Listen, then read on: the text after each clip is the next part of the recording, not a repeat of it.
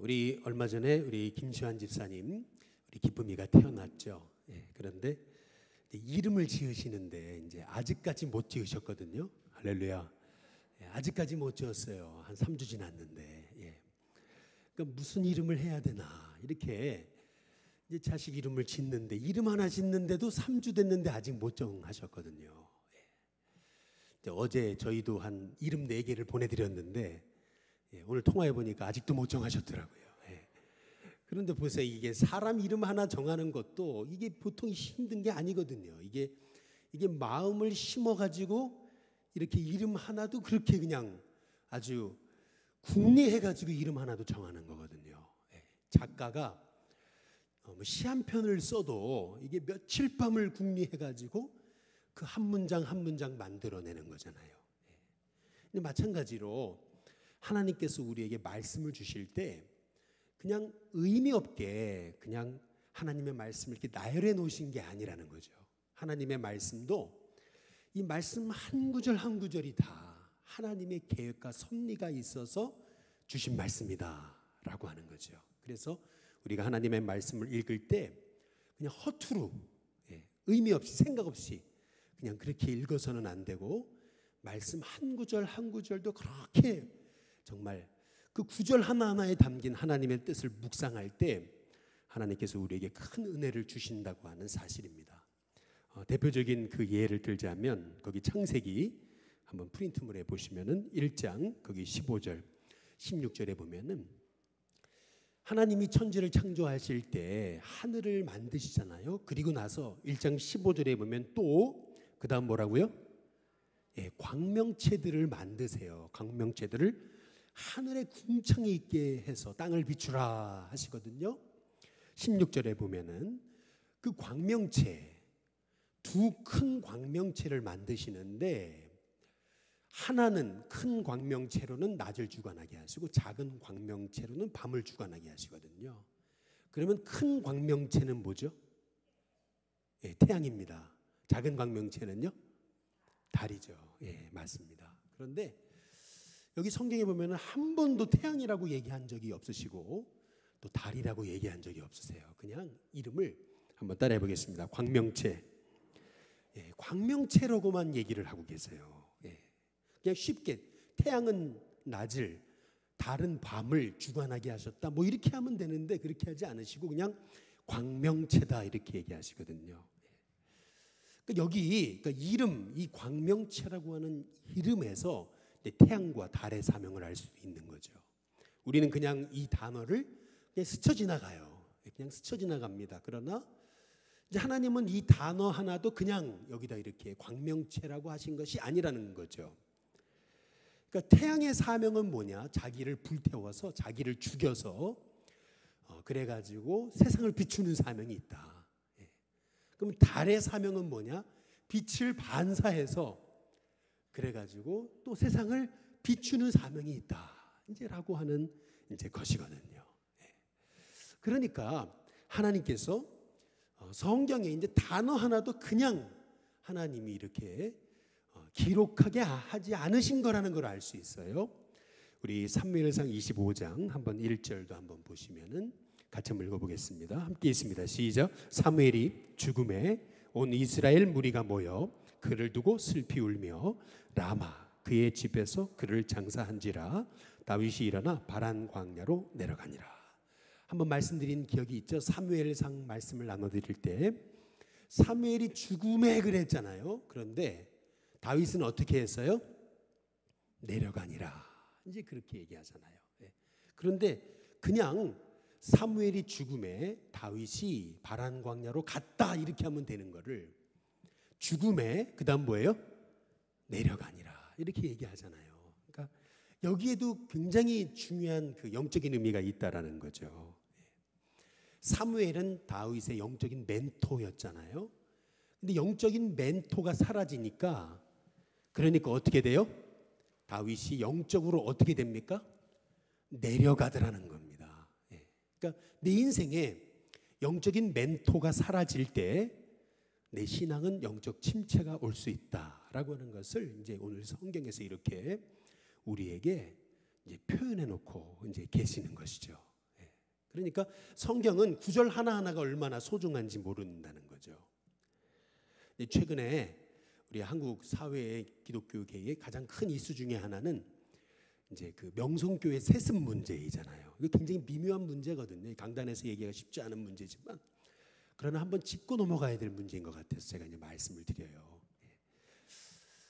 여러분 명성교회 세습 문제로 요새 굉장히 시끄럽지만은 그러나 여러분 이것도 분별할 수 있는 눈이 좀 필요합니다. 물론 이제 명성교회에서 이제 세습하는 과정에서 이제 조금 불법을 저지른 건 사실이에요. 그런데 우리가 이제 잊지 말아야 되는 게 있어요. 그게 뭐냐면 아기를 씻어요. 아기를 씻어가지고 그래가지고 이제 물만 버려야 되는데 모두 버려요? 아기도 버려요. 할렐루야. 이렇게 되면 안 된다는 거죠. 물만 버려야 되는데 아기를 씻고 그래서 아기까지 버려버려요. 이게 잘못되는 거거든요. 이게 무슨 말을 제가 말씀드리려고 하는 거냐면은 그 이정현 교수라고 하는 분이 이제 간증한 거 혹시 들어보셨나요? 이제 이분이 이제 원래 어떤 분이냐면 종자연을 만드신 분인데 종자연이 뭐냐면은 어떻게 하면 기독교를 죽일까? 어떻게 하면 기독교를 이제 비판하고 비난하고 결국 죽여버릴까? 이제 이거를 연구하던. 그래가지고 뭐 수많은 기독교에 대한 나쁜 댓글 만들고 또 정책 만들고 이렇게 해가지고 그래서 이제 뭐 이렇게 고속도로 가다 보면 전에 말씀드린 대로 Jesus loves you, 예수님이 당신을 사랑하십니다. 이제 이런 것도 법적으로 위법이다 해가지고 결국에는 끌어내리게 만드는 일을 했던 종자연 이분이 이제 그걸 만드신 분인데 그래서 이제 이분이 어떻게 하면 기독교를 없앨 수 있을까 이제 이걸 연구하다가 이제 기독교 방송을 늘 봤다는 거죠. 어떻게 하면 기독교를 말살할 수 있을까 이제 그걸 연구해야 되니까 늘 기독교 방송을 보는데 하루는 어떤 분이 이제 설교를 하는데 나도 모르는 사이에 이제 그분이 입에서 막 기독교 욕을 하게 됐는데 기독교 욕을 하는 순간 입이 마비가 되더라는 거죠. 딱 입이 굳어버리는데 그러면서 이제 그때 이분이 이제 하나님 살아계심을 이제 체험한 거예요.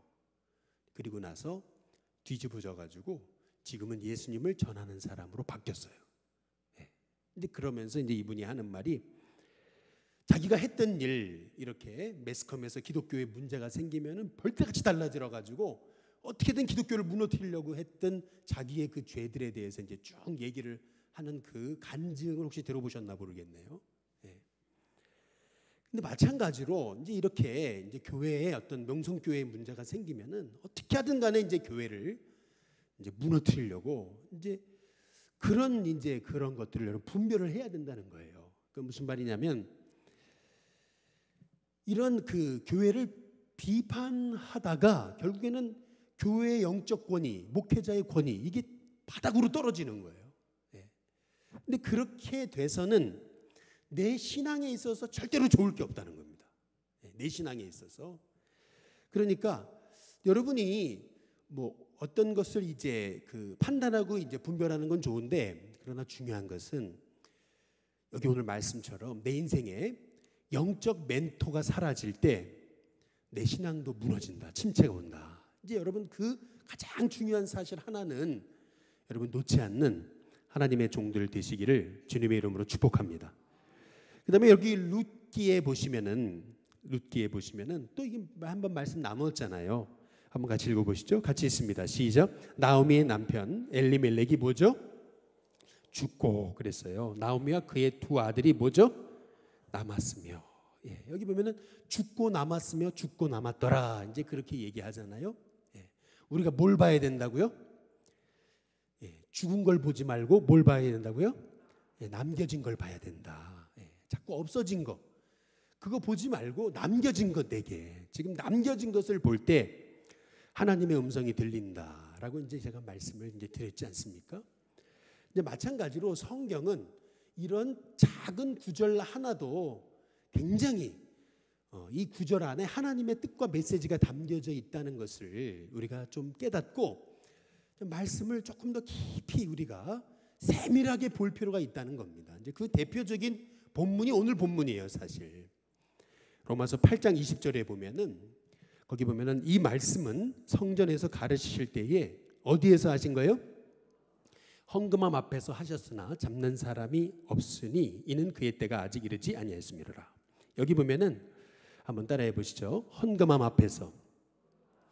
여기 이 말씀을 성전에서 가르치실 때에 헌금함 앞에서 하셨다고 이렇게 이제 얘기하고 계시거든요. 요한복음 지금까지 이제 8장까지 오면서 우리 예수님이 이제 성전에서 가르치신 기록이 이제 몇 번 나와요? 5번 나오는 겁니다. 5번. 지금 5번째예요. 그런데 헌금함 앞에서라고 하는 이 구절은 여기 처음입니다. 헌금함 앞에서. 그러니까 오늘 이 말씀에 이게 이 헌금함 앞에서라고 하는 말씀이 이제 굉장히 이제 의도적인 구절이라는 거예요. 다시 한번 따라해 보시죠. 헌금함 앞에서. 헌금함 앞에서 하신 말씀이라는 거예요. 그러면 왜 이 말씀을 헌금함 앞에서 하셨냐? 이제 그것이 오늘 말씀의 이제 키워드가 이제 되는 거거든요. 이 말씀을 이해하기 위해서 먼저 우리는 요한복음 이제 8장의 배경을 좀 살펴볼 수 있는 거거든요. 요한복음 8장에서 우리 예수님이 처음에 하신 일이 뭐죠? 간음하다가 현장에서 붙잡힌 그 여인에게 이제 변화의 기회를 주시잖아요. 그게 뭐냐면 한번 따라해 보겠습니다. 가서 다시는 죄를 범하지 말라. 간음하다가 어떤 여자가 현장에서 붙잡혔는데 사람들은 죽여야 된다고 막 그러잖아요. 근데 우리 예수님은 이제 그 여자에게 회개할 기회를 주시잖아요. 근데 회개가 뭐죠? 회개가 뭐냐면 가서 다시는 죄를 범하지 않는 것이라고 말씀을 드렸습니다. 그러니까 회개란 뭐냐면은 눈물 흘리면 그래 내가 용서해 줄게 해가지고 봐주는 게 아니라, 눈 감아주는 게 아니라, 회개란 뭐냐면은 다시는 가서 죄를 범하지 않는 거, 죄에서 돌이키는 거, 이제 그것이 회개다 이제라고 말씀을 드렸습니다. 그래서 회개는 단지 그냥 눈물 흘리는 자에게 그래 용서해 줄게 이게 아니라, 진정한 회개는 이제 가서 다시 그 음란의 죄 다시 이제 범하지 않는 거, 그 죄로 돌아가지 않는 거. 개가 토한 것을 다시 먹듯이 우리가 다시 또 그 죄에 돌아가는 거, 그거는 회개라고 볼 수 없다라는 거죠. 요한복음 8장 한번 11절 말씀 같이 한번 읽어보시죠. 같이 읽어보겠습니다. 함께 있습니다. 시작. 대답하되 주여 없나이다. 예수께서 이르시되 나도 너를 정죄하지 아니하노니. 그 다음 뭐죠? 가서 다시는, 그 다음 뭐죠? 죄를 범하지 말라 하시니라. 가서 다시는 죄를 범하지 말라. 한번 저를 쳐다보시죠. 여기 손을 이렇게 들고 한번 따라해 보겠습니다. 가서 다시는 죄를 범하지 말라. 이 5손가락. 이제 이것이 회개다. 이제 그렇게 말씀을 드렸습니다. 가서 다시는 죄를 범하지 말라. 이 5손가락. 이 5손가락이 바로 회개의 참된 의미다라고 이제 제가 말씀을 드렸습니다.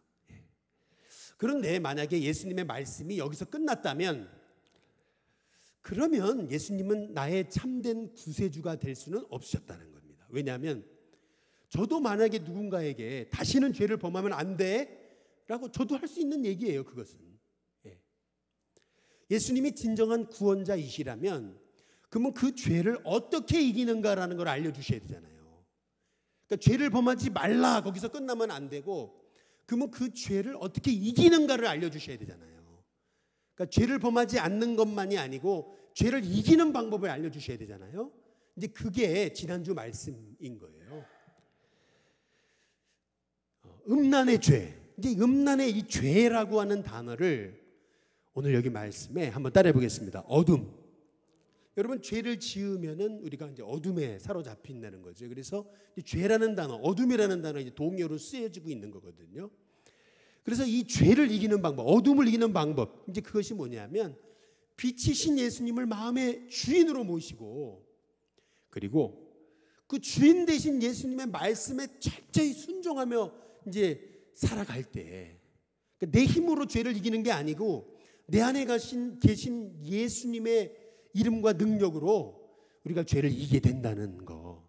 이제 그래서 우리 요한복음 한번 8장 12절 한번 같이 읽어보겠습니다. 요한복음 8장 12절 같이 읽습니다. 함께 있습니다. 시작. 예수께서 또 말씀하여 이르시되 나는 세상의 빛이니 나를 따르는 자는 어둠에 다니지 아니하고 생명의 빛을 얻으리라. 여기 나를 따르는 자라고 얘기했잖아요. 나를 따르는 자. 그러니까 나를 따른다라고 하는 것은 내 안에, 우리 안에 예수님을 모시고 예수님의 말씀대로 살아가는 사람, 이제 그 사람은 어둠에 다니지 아니하고 생명의 빛을 얻게 된다. 이제 그 말씀을 이제 지난주에 우리가 함께 나누었다는 겁니다. 근데 한번 따라해 보겠습니다. 나는 세상의 빛이다. 그러니까 예수님이 나는 세상의 빛이다 라고 지금 말씀하시잖아요. 이제 그랬더니 바리새인들의 이제 반응을 세 단어로 얘기하면은 그게 뭐냐면 예수님이 내가 바로 세상의 참 빛이다라고 얘기하시니까 이제 바리새인들이 뭐라 그러냐면 이제 판단하고 비판하고 정죄하잖아요. 이게 이제 바리새인들의 이제 반응이거든요. 판단하고 정죄하고 이제 비판하는 거예요. 거기에 대해서 이제 예수님이 이제 그 바리새인들의 그 판단에 대해서 이제 예수님이 이제 대답하시면서 이제 하셨던 말씀의 결론이 뭐냐 하면은 따라해 보겠습니다. 헌금함 앞에서. 이제 그게 이제 마지막에 헌금함 앞에서라고 이제 말씀하고 계시는 겁니다. 나머지는 다 이제 생략을 하고 이제 예수님이 이제 바리새인들의 이 판단과 정죄와 이 비판의 모습을 이제 보시면서 예수님이 이제 바리새인들 마음 안에 있던 이제 근본적인 문제를 지적하시는 거거든요. 바리새인들의 문제가 뭐냐? 이제 첫 번째 그게 뭐냐면은 이제 교만이라는 겁니다. 교만. 우리 마태복음 한번 23장 우리 23절을 한번 보실까요? 거기 한번 같이 읽어보겠습니다. 함께 있습니다. 시작. 화 있을 진저 외식하는 서기관들과 바리새인들이여 너희가 박하와 회향과 근체의 11조는 들이되 율법에 더 중한 바 정의와 긍휼과 믿음은 버렸도다. 그러나 이것도 행하고 저것도 버리지 말아야 할지니라. 그러니까 헌금함 앞에서라고 이제 말씀했던 그 의미가 뭐냐면은요. 바리새인처럼 그렇게 철저하게 헌금 생활을 했던 사람들이 없었습니다. 이게 무슨 말이냐면 여기 마태복음 23장 23절 거기 다시 보세요. 화 있을진저 외식하는 서기관들과 바리새인들이 너희가 그다음 뭐죠? 박하와 그리고 회향과 그리고 뭐죠? 근체의 11조라 그러잖아요. 이제 이게 다 뭐냐면은요. 결국 이제 우리식으로 말하면 조미료예요, 조미료. 예. 우리식으로 말하면요. 예. 그러니까 무슨 말이냐면 바리새인들은요. 곡식에 대한 11조를 드려도 곡식의 수를 다 센 거예요. 우리식으로 말하면 쌀에 11조를 드리면 쌀을 일일이 다 센 거예요. 10,000개 뭐 이렇게 다 센 거예요. 그 다음에 거기에 11조를 드리는 거예요. 예. 그리고 심지어는요 조미료에 11조까지 다 드린 거예요. 예. 그러니까 이 바리새인들의 이 헌금 생활은요 그야말로 한번 따라해 보겠습니다. 자부심. 예. 바리새인들이 이 헌금 생활하는 것은 그들의 긍지고 자부심이고 그들의 정체성이었던 거예요. 그러니까 무슨 말이냐면은 소위 우리식으로 말하면 우리같이 이렇게 믿음 생활 열심히 하고 이렇게 하나님 앞에 헌금 생활 잘하는 사람이 어딨냐. 그러니까 이제 자기 의를 의지하다 보니까 이제 어떻게 돼요? 다른 사람 판단하잖아요. 판단하기 시작하는 거예요. 이제 그러다 보니까 오늘 여기 마태복음 23장 23절을 다시 한번 보시면은 거기 보세요. 너희가 박하와 회향과 근체 11조는 드렸지만 그러나 율법에 더 중한 바 그다음 뭘 잃어버렸어요? 정의와 긍휼과 믿음은 잃어버렸다는 거거든요. 그러니까 나처럼 신앙생활 열심히 하는 사람이 어디 있어? 나같이 11조 잘하는 사람이 어디 있어? 나같이 헌금 잘하는 사람이 어디 있어? 하다가 결국에는 다른 사람 판단하고 정죄하고 비판하다가 결국에는 하나님이 내게 원하시는 게 뭔지 잃어버렸다는 거예요. 정의와 긍휼과 믿음을 잃어버렸대잖아요. 여러분 판단하는 죄가 이게 이게 얼마나 무서운 죄인 것을 우리가 알아야 됩니다. 한번 거기 프린트물에는 없는데 우리 한번 찾아볼까요? 로마서 14장 한번 찾아보겠습니다. 로마서 14장 한번 성경책 로마서 14장 한번 10절을 보시면은 앞에 스크린에도 없습니다. 로마서 14장 10절을 한번 찾아보시면은 한번 찾아보실래요? 로마서 14장 10절 한번 읽어보겠습니다. 로마서 14장 10절 한번 찾아보겠습니다. 로마서 14장 10절 한번 다 같이 찾아보시고 한번 같이 읽어보겠습니다. 로마서 14장 10절 같이 읽어보겠습니다. 함께 있습니다. 시작. 내가 어찌하여 형제를 뭐죠? 판단하느냐는 겁니다. 판단하느냐. 내가 내 형제를 그 다음 뭐죠? 판단하니까 이제 업신여기게 되는 거죠. 그런데 그 다음 뭐라 그래요? 우리가 다 뭐예요? 하나님의 어디에서요? 심판대 앞에 선다 라고 얘기하지 않아요? 그러니까 이제 바리새인들의 문제는 뭐냐면 우리는 말이죠 11조를 드리는데 곡식 하나도 다 셌다는 거예요. 심지어는 하나님 앞에 11조를 드리는데 조미료까지 박하와 근채와 여러분 이 회양 같은 이 조미료까지 다 계산해가지고 하나님 앞에 11조를 드릴 만큼 우리처럼 믿음 생활 잘하는 사람이 있으면 나오라 그래. 그러면서 다른 사람을 다 판단하고 있잖아요. 정죄하고 판단하고 비판하고 이제 그러다가 보니까 어떻게 되냐면은 결국에는 긍휼과 믿음과 정의를 잃어버렸다는 거예요. 신기한 거예요.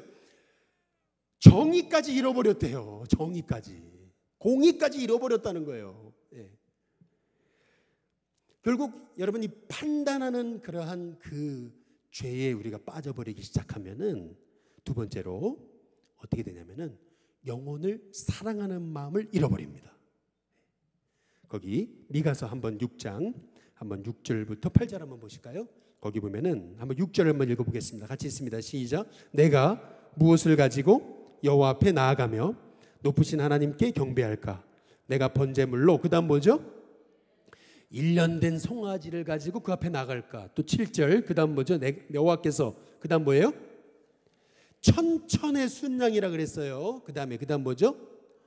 만만의 강물 같은 기름을 기뻐하실까? 하나님 기뻐하실까요? 근데 8절에 뭐라 그러죠? 뭐라 그래요? 같이 읽어보겠습니다. 함께 있습니다. 시작. 사람아 주께서 선한 것이 무엇임을 내게 보이셨나니 여호와께서 내게 구하시는 것은 그 다음 뭐예요? 오직 정의를 행하며 그 다음 뭐죠? 핵심이 이거예요. 한번 따라해 보겠습니다. 인자를 사랑하며. 여러분 믿음 생활의 핵심이 뭐냐라고 했을 때 그것은 한번 따라해 보겠습니다. 하나님 사랑, 이웃 사랑. 이게 믿음의 핵심이거든요. 근데 영혼 사랑의 마음을 잃어버릴 때 그럴 때 결국에는 우리는 하나님 사랑도 잃어버릴 수 있다는 거예요. 이게 핵심이에요. 그러니까 무슨 말이냐면 지금 바리새인의 죄가 뭐예요? 지금 가나마다 현장에 붙잡힌 여인이 예수님의 이름으로 죄를 용서받고 예수님이 그 영혼이 다시 살 수 있는 비결을 얘기하시잖아요. 다시는 죄를 범하면 안 된다. 그러면 죄를 어떻게 이기냐? 바로 빛이신 예수님을 날마다 모시고 그 말씀을 따라가는 거다. 그런데 이제 바리새인들은 그런 예수님의 모습을 보고 계속 비판, 비난, 정죄하잖아요. 그래서 예수님이 이제 그 모습을 보시고 이제 헌금함 앞에서 이제 이 말씀을 강조하는 것은 바로 이 바리새인들의 이 판단하는 죄, 정죄하는 죄, 비판하는 죄, 이제 이것에 대해서 예수님이 지금 이제 지적하고 계시는 거거든요. 너희들의 그 영혼을 판단하는 죄로 인해서 결국에는 너희들 안에 영혼 사랑이 없음을 내가 본다라고 하는 이 주님의 이 간접적인 이 말씀을 우리가 오늘 이 저녁에 깨닫고 하나님 우리의 눈에 자꾸 우리의 입술에 영혼을 판단하는 마음이 사라지게 하시고 우리의 마음에 다시금 영혼 사랑하는 마음이 회복되게 해달라고 기도할 수 있는 저와 여러분이 되시기를 주님의 이름으로 축복합니다. 그래서 하나님이 원하시는 게 뭐냐라고 했을 때 그것은 말씀을 누구에게 적용해야 돼요? 나에게 적용해야 되는 거죠. 나에게. 우리가 바리새인의 죄를 반복하지 않기 위해서 필요한 것은 말씀을 나에게 적용하는 훈련이라는 거예요. 나에게. 어떤 말씀을 들으면 누가 들어야 되는데 이제 그게 아니라 나에게 끊임없이 나에게 적용하는 훈련. 이제 여러분 그게 큐티고 여러분 그렇게 될 때 저와 여러분 안에 하나님이 여러분을 새롭게 하시는 놀라운 은혜를 덧입혀 주실 줄로 믿습니다. 가이드 포스트에 이제 그 마가렛 부넬 에드워드라고 하는 그 분의 글이 참 마음에 와닿았어요. 이분이 하루는 이제 주일날 교회에 갔어요. 이제 예배를 드리고 헌금을 드렸는데 예배가 끝나갈 무렵 이제 목사님이 헌금 바구니를 또 돌리더래요. 아니 왜 헌금 바구니를 또 돌릴까? 이제 봤더니 이제 이번에는 목사님이 그러는 거죠. 이번에 여러분이 드릴 것은 삶의 헌금입니다. 이제 그렇게 말씀하시고 나누어 드린 그 쪽지에다가 한 주간 동안 여러분이 삶으로 실천할 삶의 헌금을 한번 적어보라고.